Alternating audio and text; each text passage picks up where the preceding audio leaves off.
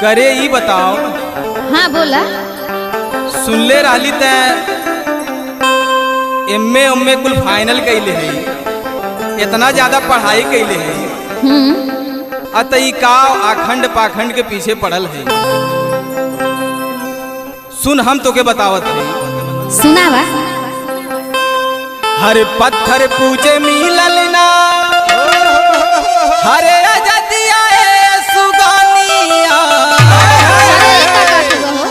हरे पत्थर पूजे मिलल ना, हरे अजदिया सुगानिया।